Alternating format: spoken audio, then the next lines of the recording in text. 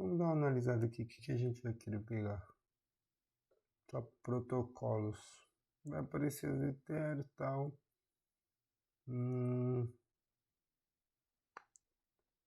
Airdrops. Seria interessante pegar os airdrop aqui, né?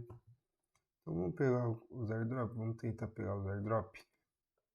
Vamos estar fazendo alguma coisa aí para pegar. Já tem umas IA aqui já abertas.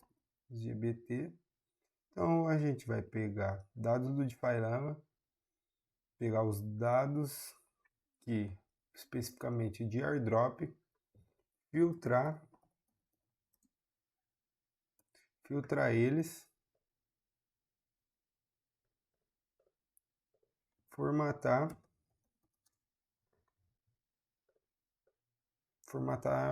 tá muito, deixa mais específico, em texto,